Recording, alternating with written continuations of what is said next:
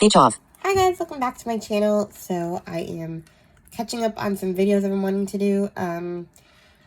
I just posted my May TBR, so now we're going to do my April wrap-up, and then I'll probably do what I added to Goodreads in April, and then I still have my review of Anne of the Island, but I don't think I'm doing that today.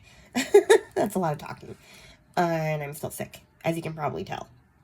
Let's just do the wrap-up first. This should be quick because a lot of these books are series, and I can't talk about them too much, but let's just get started. So the first one I read for the second half of April is A Mother's Gift by Charlotte Hubbard.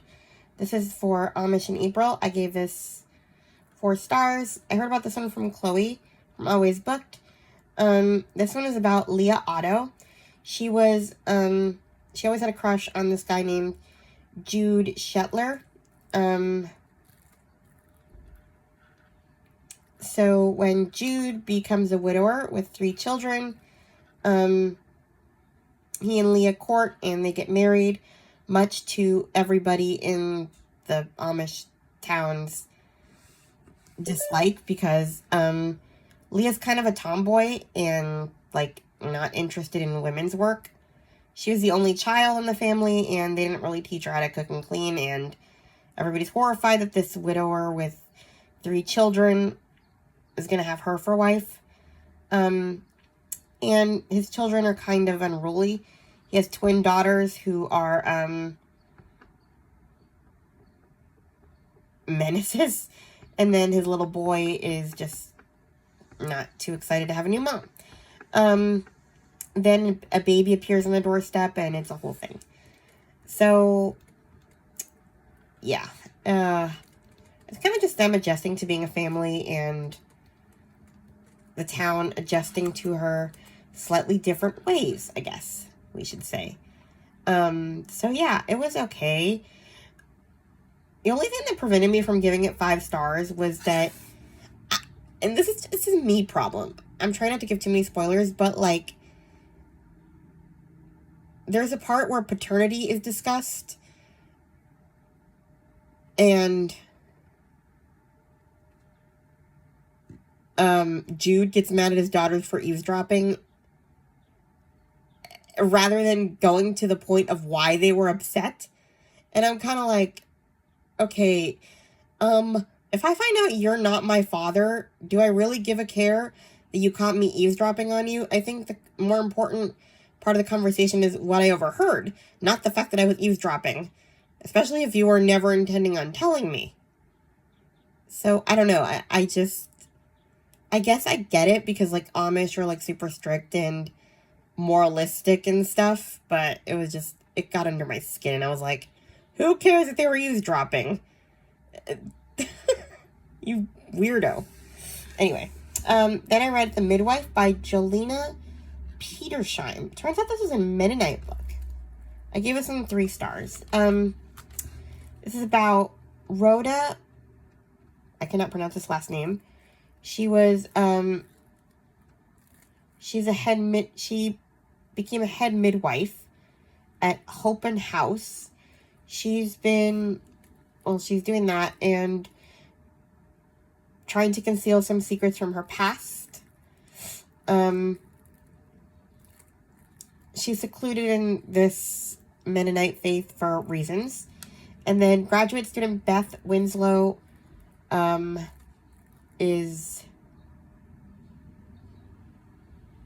we have her story. She's upset after surrendering her baby to adoption, so she, I guess she decides to become a surrogate. And then when tests indicate possible abnormalities with the baby, Beth is pretty much unprepared for the family, who basically they want her to abort this baby because she might have issues. So she runs off, and we'll see how these 2 stories connect. I can't tell you how they connect because that would be telling, but I didn't really like this book that much. It was okay, but didn't connect with the characters very much, so I gave it 3 stars. Then I read A Mother's Love by Charlotte Hubbard. I gave this one 4 stars. Same author as A Mother's Gift, not the same series. This one is about Rose Raber. She becomes a widow. She's a widow, and then at the beginning of the story, her mother dies a year after her husband. Actually, no, I think her husband and her father died on the same day, and then a year later, her mother dies of cancer. But on her deathbed, her mother tells her that she is adopted and to not look for for the mother. And we find out why she shouldn't be looking for her. Because her husband doesn't know about Rose, about his wife having a baby out of wedlock. And he's not the most forgiving of people. His name is Saul, to add to the irony. There's also a romance with Matthias Wagler in this story. Oh, and she has a little girl. Rose has a little girl. And so yeah, Rose and her birth mother meet because Matthias is working for Saul. So that gets complicated. So that one I liked more than A Mother's Gift. It was interesting and about adoption. Then I went back to the Lynn Blackburn series, Gossamer Falls, I think it's called. I started to read Break My Fall, and then I was like, what is happening? Something happened before, I could tell.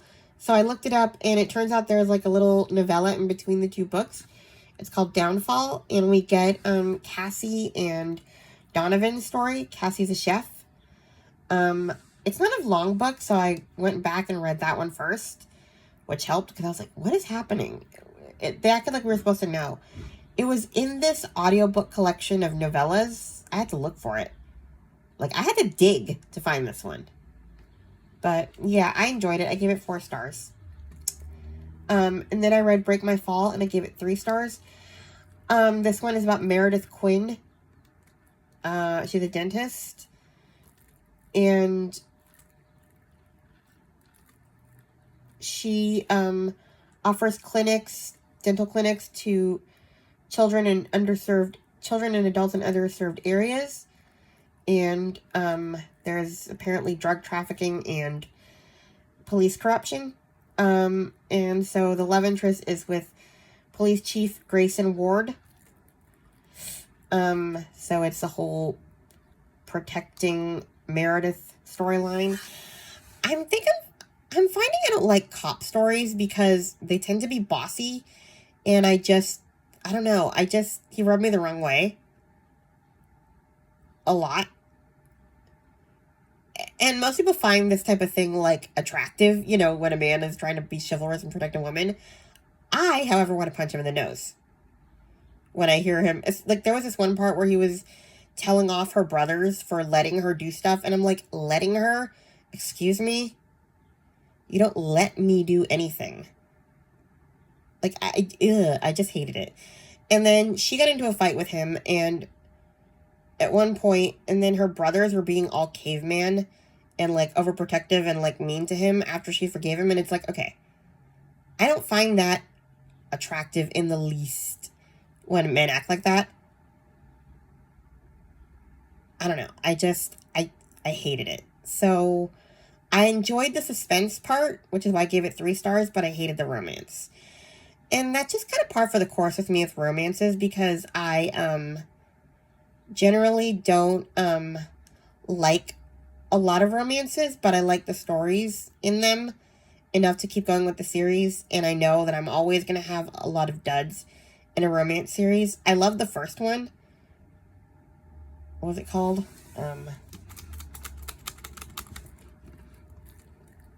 Never Fall Again. I loved Landry and what was his name? Her guy. I like Callum. I think I like them because Landry was not part of the family. So, like, there wasn't, like, a lot of bossiness in it. Whereas Meredith is like the little sister and she's got these protective older brothers. There was nobody to be protective over Meredith, over Landry, because they didn't know her like that. They were kind of just like meeting her. So it was easier for me to take that and kind of be endeared by them, like being sweet to the new girl.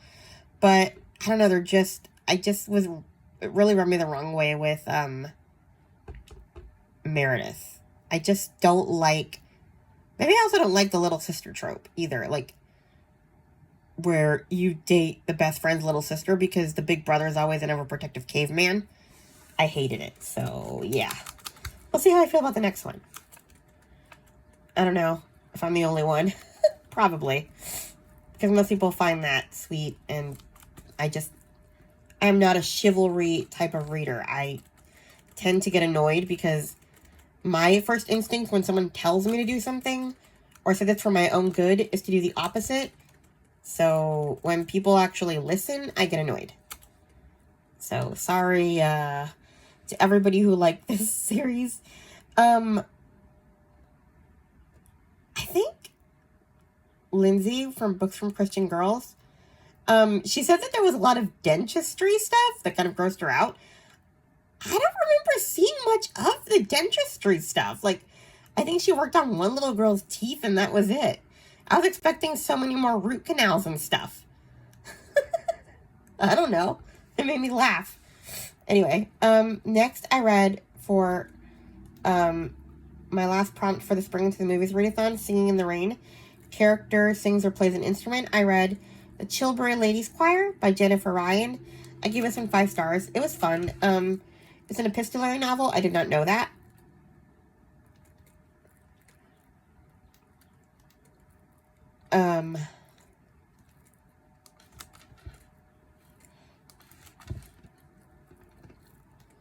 Did I give it 5 stars or 4 stars? I wrote 5 stars and then I wrote underneath 4 stars. I don't know what I did here. So the village of Chilbury in Kent is about to bring in some changes.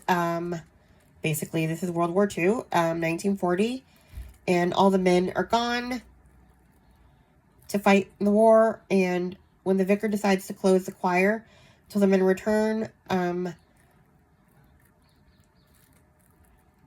women are not too happy, so they form their own choir, and with the arrival of a new musical residence, Miss Primrose, Primrose Trent, she basically restores the choir and makes it a women's choir. And it's about all these people kind of coping through the war and stuff like that. It was a good read.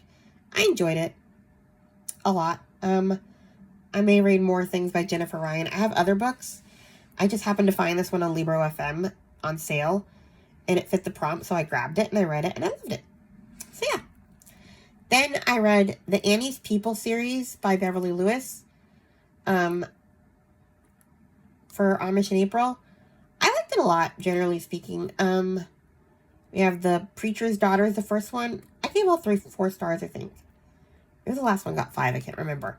But we have, I think Chloe read this one 2 before I did. She talked about it first. And Elizabeth from Lizzie Faye Loves Books read it this month as well. So we have, it takes place in Paradise, Pennsylvania. Our protagonist is Annie Zook, the preacher's daughter.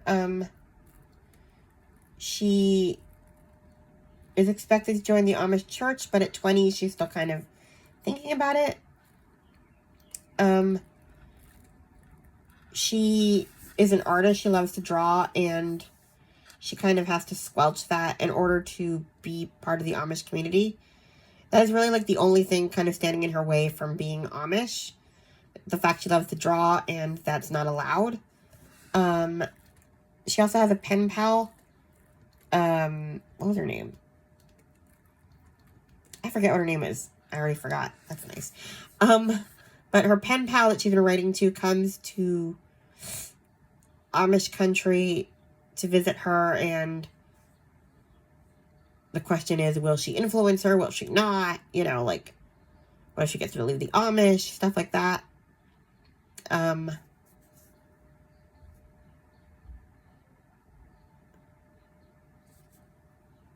So yeah, it's kind of their story, both of their stories. And then there is another kind of mystery I wasn't expecting where we hear about a kidnapping or like a disappearing child thing that happened. And that's kind of throughout the book, and we get a resolution to that too, so it was interesting. I enjoyed the series a lot. Oh yeah, there's also Annie's best Amish friend and her issues with her family. She has kind of a bad husband. So we have that. So yeah, I enjoyed the series. I gave all 3 4 stars. The Preacher's Daughter, The Englisher, and The Brethren. It was a good series. Then I read The Half-Stitched Amish Quilting Club by Wanda E. Brunstetter. I gave this one 5 stars. I first heard about this one from Lizzie Fela's books, but it wasn't in audio at the time when I heard about it. But now the whole series is, so I might read it. I might finish it this month. We'll see. I have a lot of books in May, I mean. But we have a quilting club that Amish widow Emma Yoder starts.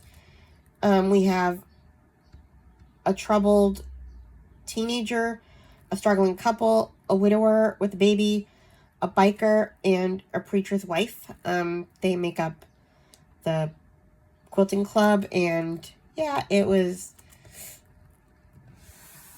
essentially them kind of coming together through quilting and helping each other solve their problems. I have to admit, I kind of hated the teenage girl's mom. She sucked. I don't think I could forgive her for what she did, but that's just me. I'm a grudge holder. But yeah, I liked it. There's 2 more in the series I can't wait to read. Then I finished the Amish Matchmaker series by Amanda Flower. I read Marriage Can Be Mischief, Honeymoons Can Be Hazardous, Dating Can Be Deadly, and that's it. I gave all of them... Oh, I gave Dating Can Be Deadly 5 stars, but the other ones got 4 stars. They're about...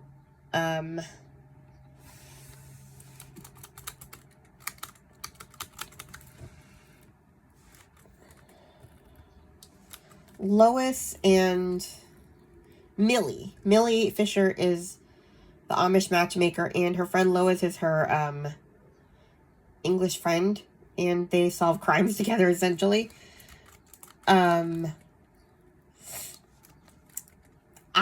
It's part of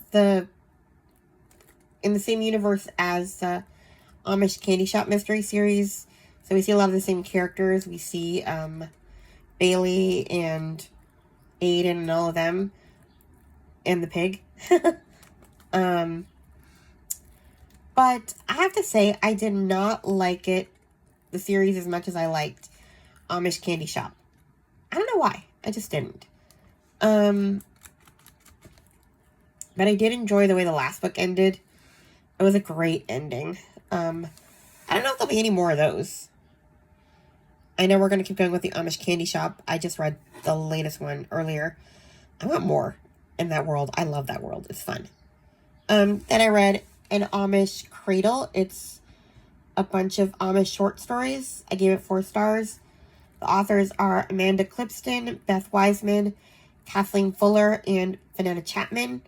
So we have, the stories are, the first one is In His Father's Arms by Beth Wiseman. Ruth Ann has a baby with Down syndrome, and she and her husband struggle with that. Then we have A Son for Always by Amy Clipston. Carolyn and Joshua are having a baby, but she is kind of worried that he won't treat her son that she had out of wedlock the same. Then we have A Heart Full of Love by Kathleen Fuller. Ellie's mother is kind of always meddling in her personal life since Ellie's blind and she doesn't think she can raise her twin daughters. That one was interesting. And then An Unexpected Blessing by Vanessa Chapman. That one was so boring. The only reason I gave this one 4 stars, it was just a lot of flashbacks. This one's about a 42-year-old Etta. She's already having grandchildren and she ends up having another baby. It was a last-minute surprise, and at the beginning of the story, we're like in a risky labor, and then you want to know what happens with the labor because they're stuck in the snow and all that stuff, but then they have to go in flashbacks, and it was making me crazy. So, it was okay. Then I read Christy and the Missing Child, Babysitter's Club Mystery number 4. I give it 4 stars. There's a missing child. Essentially, Jake Kuhn goes missing. His parents are divorced, and excuse me, and his mother basically tells his father that he can't take them to Europe. So the mother, everybody thinks that Jake's father kidnapped him. That wasn't actually what happened, but I felt sort of bad because she didn't really give any reason why he couldn't go to Europe. The dad didn't seem like a bad guy. It just seemed like a control thing, and it's like, well, maybe it's your guilty conscience. Why you think this guy would do that? Like, you're just being a jerk. Let the kid go to France, even if you can't come. That's just the price you pay with divorced parents, okay?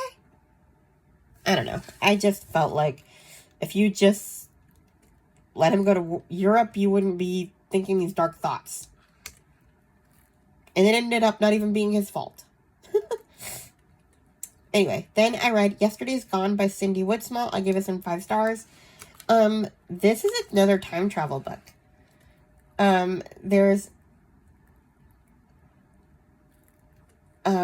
We have Eliza and Jesse.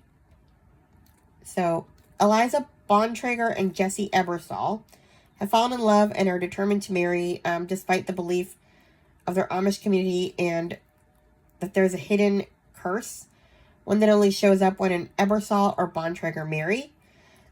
Before the ceremony, Eliza's great aunt Rose gives her a family heirloom quilt and tells her that she can use it to change one event in the past. And, Eliza thinks that her aunt is a little nutty, but she takes it, and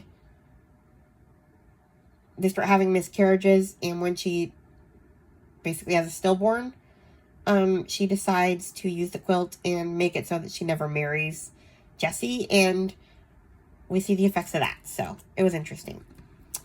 Then I read Outsider, Kate Burkholder, book number 12 by Linda Castillo. I gave this one 5 stars. I loved it.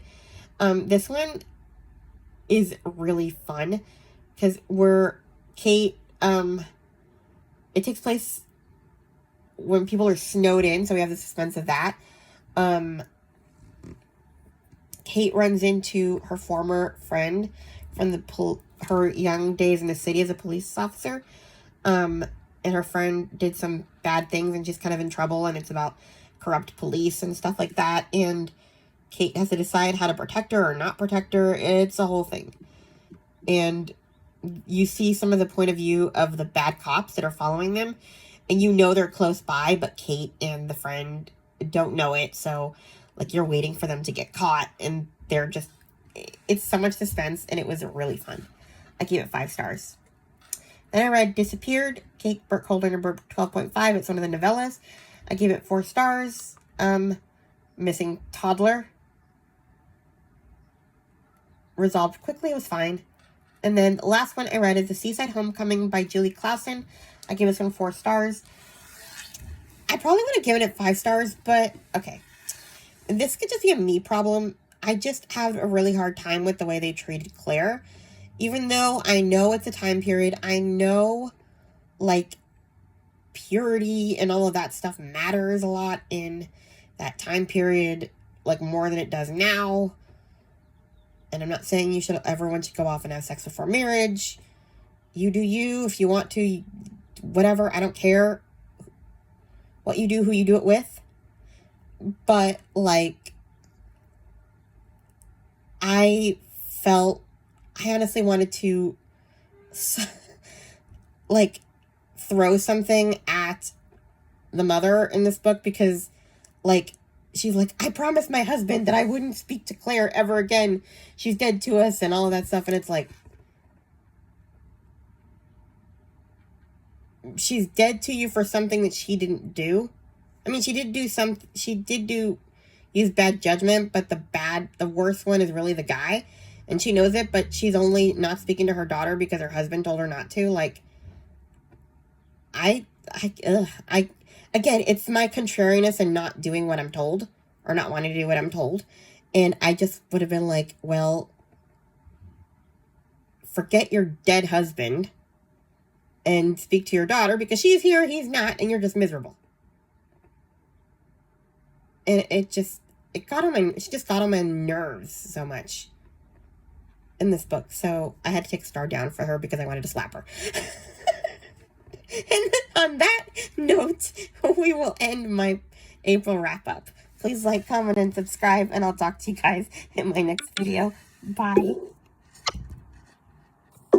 It's not your fate is in your hand. This does not want to turn off. What is happening? Speech on. Close. Button. 20% close. Close. Stop recording video.